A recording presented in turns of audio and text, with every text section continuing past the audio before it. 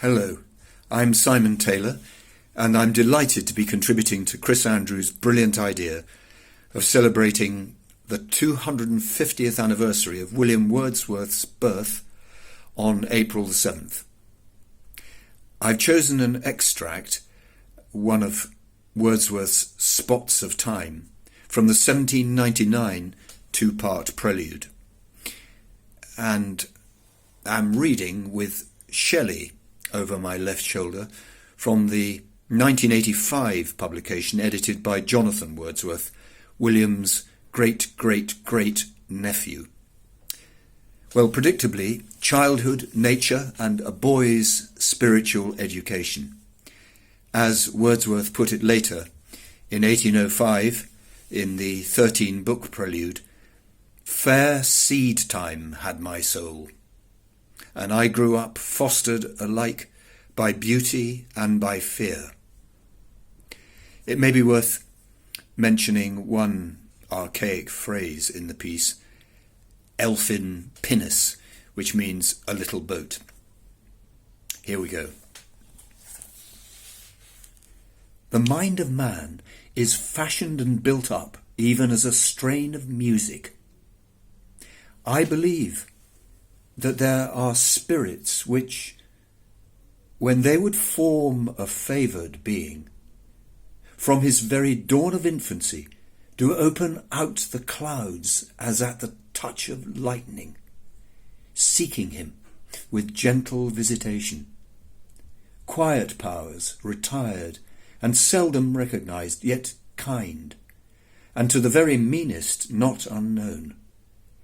With me, though rarely, in my boyish days, they communed.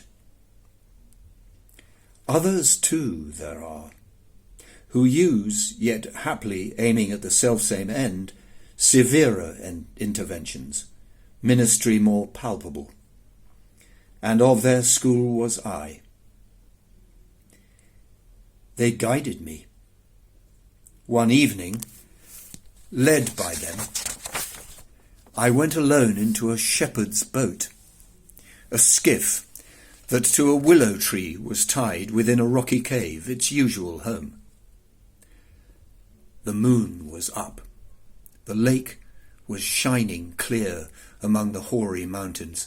From the shore I pushed and struck the oars and struck again in cadence, and my little boat moved on, just like a man who walks with stately step, though bent on speed.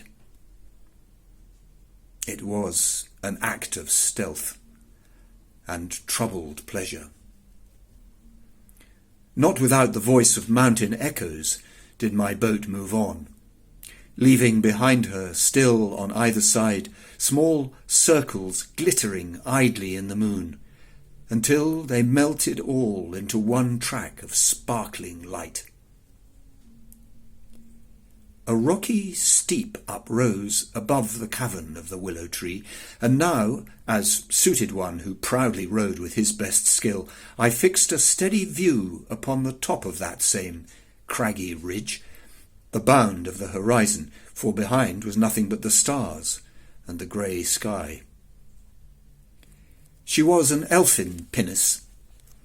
20 times I dipped my oars into the silent lake, and as I rose upon the stroke, my boat went heaving through the water like a swan, when from behind that rocky steep, till then the bound of the horizon, a huge cliff, as if with voluntary power, instinct, upreared its head.